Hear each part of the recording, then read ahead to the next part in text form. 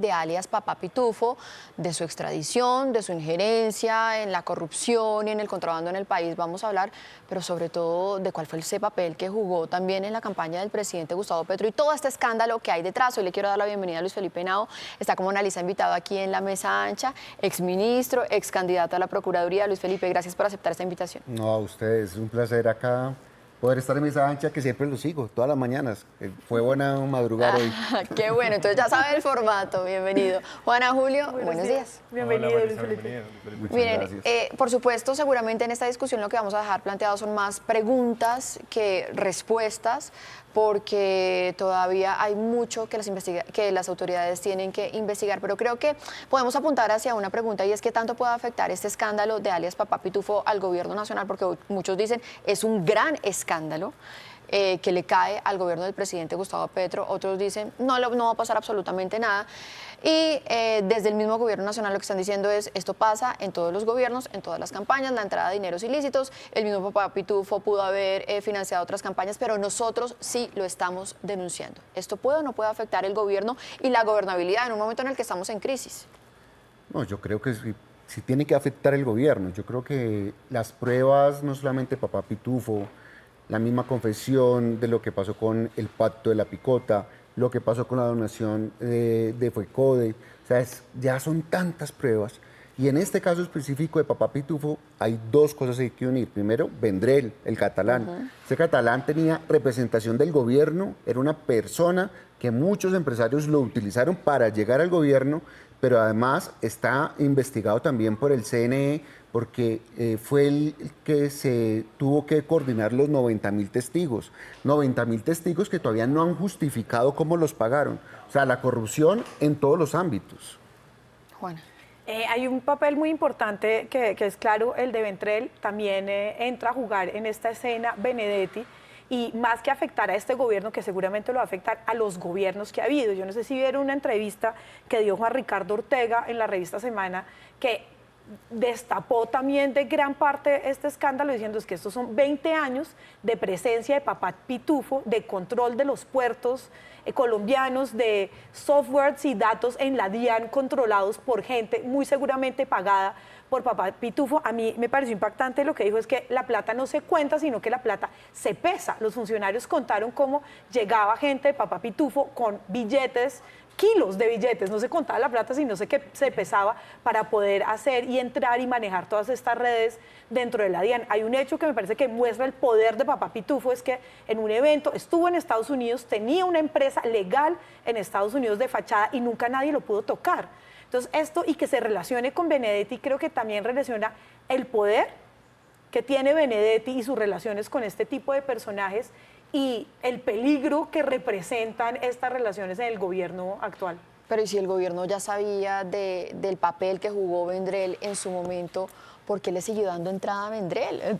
Tanto que el mismo Augusto Rodríguez ayer revela una foto que fue hace exactamente 8 días entre Benedetti y Vendrell después del Consejo de Ministros, ¿no? No solamente eso, es que Vendrell es un personaje, un español que tiene en su país diferentes acusaciones y procesos por corrupción, ¿no? Algunos que fueron amnistiados por el gobierno de Pedro Sánchez en el proceso, digamos, del independentismo catalán, pero otros que siguen activos. Es decir, no es que haya aparecido pues un alma caritativa, un alma de Dios mágicamente y sorpresivamente haya comenzado a hacer este tipo de acciones. No, sabían los antecedentes de este personaje, sabían que maquinó la llegada de 500 millones en efectivo a una campaña electoral, lo cual es como que 500 millones en efectivo. ¿Cuál es ese ambiente ético que hay en una campaña para que se reciban platas en efectivo? Y después de eso, después de saber todo eso, lo utilizan como agente, le dan contratos, básicamente es un miembro no oficial, un miembro paralelo del gobierno. Es decir, pues es muy difícil excusarse de esa situación. Y ahora no es que nosotros en este gobierno sí se conocen estas situaciones. Claro, días antes de que saliera una investigación periodística, hablan del tema, pues es... Yo quiero hablar un poco también como del carácter, no sé si esta sea la palabra, o sea, muy fuerte, pero como del carácter mafioso de toda esta escena. Entonces, platas en efectivo, hackers que están metidos en la mitad, gente que manda a grabar con cámaras escondidas. O sea, ¿qué es esto? Es este lenguaje en el que estamos poniendo una situación en la que está involucrado directamente el presidente de la República. Pues yo creo que la mafia desde el minuto -10 se apoderó de este gobierno.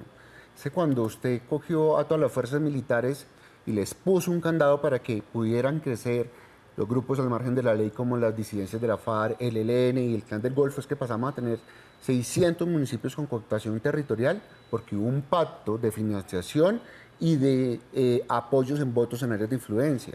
Lo de Vendrell llegó para hacer delitos de corrupción. Ese español no vino acá a montar una fundación, no, fue a robarse el país. Proceso eso es lo de las denuncias de Federico Gutiérrez en empresas públicas de Medellín, donde en varias iban a hacer un contrato de 250.000 millones de pesos liderados por los catalanes. Y vi lo que dicen en las calles: si usted tiene un problema con el gobierno, busque un intermediario. ¿Cuál es el intermediario? Los catalanes. Pues yo no me atrevería en ningún momento a decir que el gobierno o que el presidente es un mafioso, que estamos en un ambiente de mafia.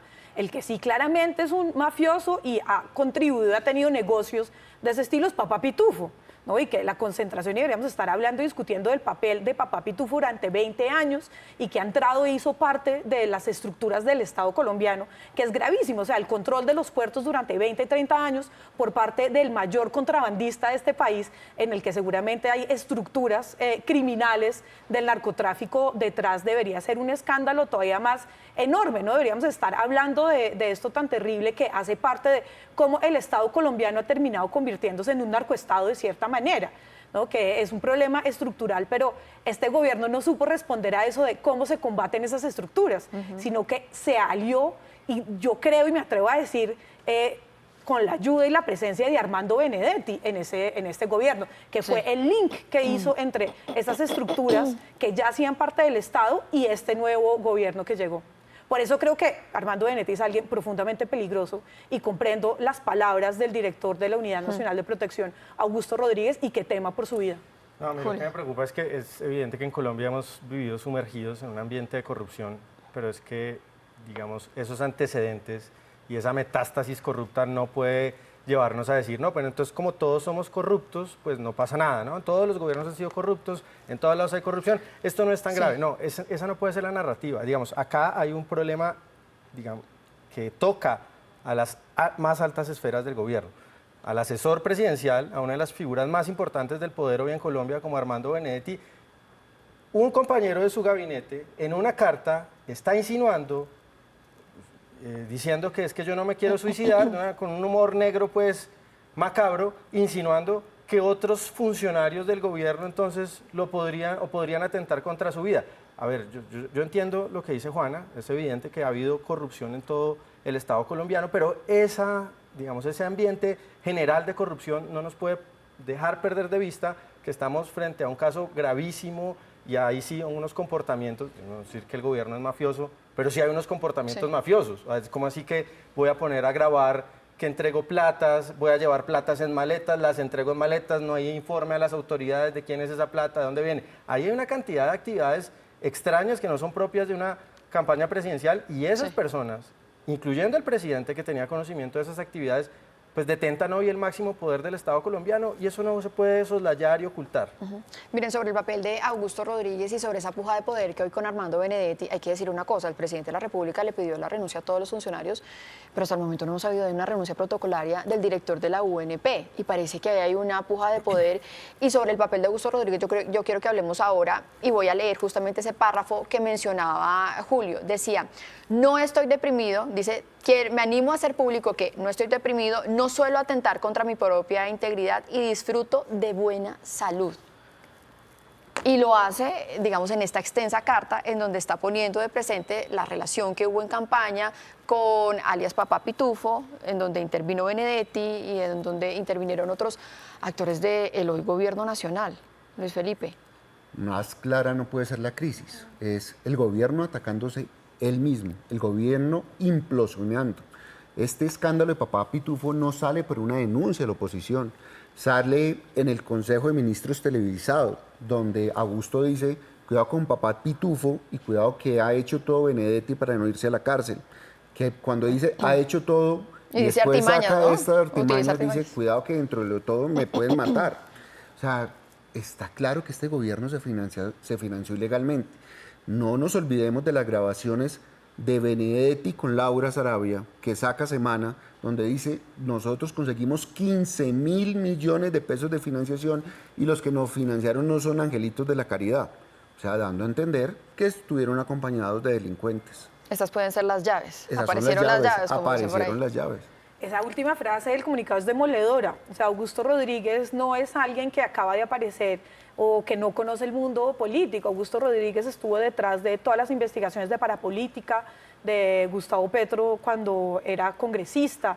Estuvo también en la Bogotá Humana haciendo todos los estudios sobre todo lo que había pasado en la corrupción antes, durante Samuel Moreno. O sea, él ha hecho parte y conoce muy bien el mundo político. Su vida ya ha estado en riesgo, ha recibido miles de amenazas también por estas denuncias hacia los paramilitares. Para que Augusto llegue al punto de hacer público que teme por su vida es porque lo que está pasando es realmente muy grave. No sabemos qué amenazas ha recibido, pero yo por eso insisto y creo profundamente que Armando Benedetti es un tipo muy peligroso.